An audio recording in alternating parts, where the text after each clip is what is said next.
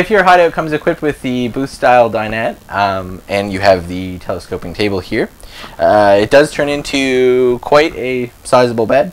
In order to do that, you just actually put your foot down on the table here, pull out on this knob, and lower the table down into place. The table then rests on the ledge on the edges of the dinette, and you can take your back cushions there and slot them into place to make a reasonably cozy bed. This here is a jackknife sofa, so it does actually fold out into a small little bed. In order to do so, you just lift up on the bottom of the couch and it just falls into place.